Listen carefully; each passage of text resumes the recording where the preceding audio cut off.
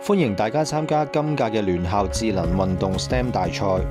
今次比賽由中國香港體適能總會同埋 Acron 聯合主辦，香港課外活動主任協會協辦，得到香港教育工作者聯會、香港體育教師學會、中國澳門體育教師協會等等嘅機構全力支持今次嘅賽事。大家打開咗包裝之後呢，就會見到手錶、充電器同埋說明書。拎出嚟之後呢，記得連接充電器充電，大概充2個小時就可以充滿㗎啦。大家可以去 Play Store 或者 App Store 下載 Acron App， 之後填返我哋提供嘅電郵同埋密碼，然之後接受使用條款，再撳登入就可以㗎啦。要連接手環，我哋要去設定，選擇設備，入面再撳健康手環，選擇 AA01， 根據提示點亮手環之後撳下一步，跟住手機就會開始搜尋同埋配對手環㗎啦。成功配對咗之後，手環嘅左上角會出現藍牙嘅標誌。第一頁大家可以睇到日期、電量同埋藍牙嘅狀態。掃去第二頁，大家可以見到步數同埋活動嘅時間，而個圓圈就顯示咗目標步數嘅完成程度。下一頁就係距離同埋卡路里消耗，跟住係心率、血氧、心率變異分析，然後就係運動模式。我哋開啟咗運動模式之後，手環會倒數3秒，跟住就會開始記錄㗎啦。大家可以睇返步數、心率、步伐、距離、卡路里消耗同埋運動模式開啟嘅時間。要結束運動模式，我哋只要撳實原點一陣就可以㗎啦。之後大家就可以睇返運動模式入面嘅時間同埋記錄。大家記得做運動嘅時候要打開運動模式做記錄啊！進入應用程式首頁之後，我哋可以見到今日嘅卡路里消耗、步數、心率、中高強度運動目標 MVPA 進度，仲有 BMI。跟住我哋撳活動嘅頁面就可以睇到今日整體嘅數據，同埋睇到唔同時段嘅步數、卡路里嘅情況。下面仲有其他唔同嘅數據，詳情可以睇返我哋嘅網站介紹。今次嘅比賽分為3個部分，第一個部分係體能活動比賽，第二個部分係認識中華文化同埋保育打卡比賽，第3個部分係 AI 體適能運動挑戰賽。先講下第一部分嘅體能活動比賽。比賽設有10個唔同嘅體能活動訓練，當達到指定嘅條件之後，將會自動升至下一個級別，每一日可以升1級。升級嘅條件分為中學、小學同埋親子組，主要嘅目標分為步數、距離同埋卡路里消耗。呢個比賽設有校際同埋校內嘅排行榜，同學可以隨時睇下自己嘅排名啊。第二部分係認識中華文化同埋保育打卡比賽，同學喺到達指定嘅景點之後，開啟 Acron 應用程式入邊嘅體能活動比賽頁面，然之後按右上角相機圖像進入打卡比賽。手機嘅 GPS 會自動識別位置，一經確認定位正確，就可以拍攝並儲存照片。參加者需要提交相片先至可以參加比賽。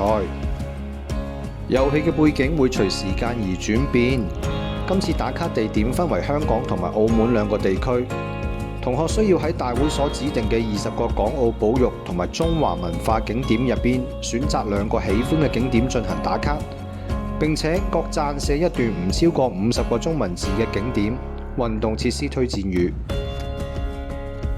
今年嘅打卡地點如下，同學仔記得去到擺個靚 pose 打卡參加比賽啦！參加者每日嘅平均步數需要達到8000步。評審會選出最具創意獎、冠亞季軍同埋優異獎20名。以下係今次比賽嘅評分標準。大家可以參考一下。第三部分係 AI 體適能運動挑戰賽。呢個比賽運用 AI 嘅影像分析技術，利用深度嘅學習進行影像分析同埋人體嘅姿勢檢測。賽事為期14日，由比賽開始，連續10日，每日增加4級新嘅遊戲，一共有40級嘅遊戲。參加者需要喺14日內完成40級嘅遊戲，每一級嘅遊戲可以重玩並且累積更多嘅分數，每級最多可以重玩6次。參加者需要到 Play Store 或者 App Store 下載手機應用程式 Acron Drill AI， 或者掃描以下嘅 QR Code 進行下載。當進入咗應用程式嘅時候，可以見到首頁顯示咗參加者嘅總分。比賽會以參加遊戲收集到嘅星星數量為總分。要開始遊戲，首先打開遊戲嘅頁面，選擇第一級嘅遊戲。然之後撳前往，再撳開始遊戲。遊戲開始之前 ，3D 嘅動畫教練會介紹點樣做出相應嘅動作。學習完之後會有7秒嘅時間做準備，跟住參加者會有15秒嘅時間練習呢一個運動，體驗骨架偵測運動姿勢。體驗完畢咗之後會有7秒嘅時間做準備。之後，參加者會有30秒時間正式進行呢一個運動。系統會因應參加者嘅姿勢而作出不同嘅反饋。手指公代表姿勢正確，拍手掌代表姿勢合格，拳頭代表姿勢唔合格。最後，系統會根據參加者嘅動作準程度而俾出唔同數量嘅星星。參加者可以喺應用程式入面我的帳號、排行榜查看總分同埋個人嘅排行、學校嘅排行。學校嘅老師亦可以進入比賽內容管理平台查閱報告。我哋嘅手錶預設咗每半小時就會同應用程式連接一次，自動將手錶嘅數據上載到手機入面，而每1個小時手機嘅數據就會上傳到雲端。大家每晚臨瞓之前可以檢查一下設備同步頁面，睇下當日嘅數據有冇上傳到手機上面。如果冇嘅話，大家就要手動撳一撳個刷新嘅掣，確保所有嘅數據都可以及時更新。Acron Alive 有 IP68 防塵防水等級認證，屬於一般嘅生活防水，唔可以用喺游泳、潛水、桑拿或者蒸氣房。所以大家千祈唔好喺沖涼嘅時候戴住啊！至於清潔同埋保養，機身嘅底部金屬接點係用嚟充電嘅。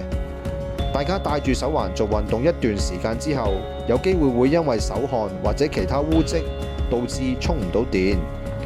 建議大家定期用清水清洗一下，然之後用乾布抹乾淨就可以保持手環底部嘅金屬接點清潔就可以㗎啦。有關查詢同埋維修，大家可以用以下嘅聯絡電話、WhatsApp 同埋電郵聯絡我哋。我哋嘅辦公時間係星期1至5上晝9點至下晝6點，星期6日同埋公眾假期除外。至於澳門，可以用以下嘅電話同埋 WeChat 聯絡我哋。如果想知道 STEM 大賽嘅詳情，可以到以下嘅網站連結查看。感謝以下嘅支持企業同埋禮品贊助商，多謝大家。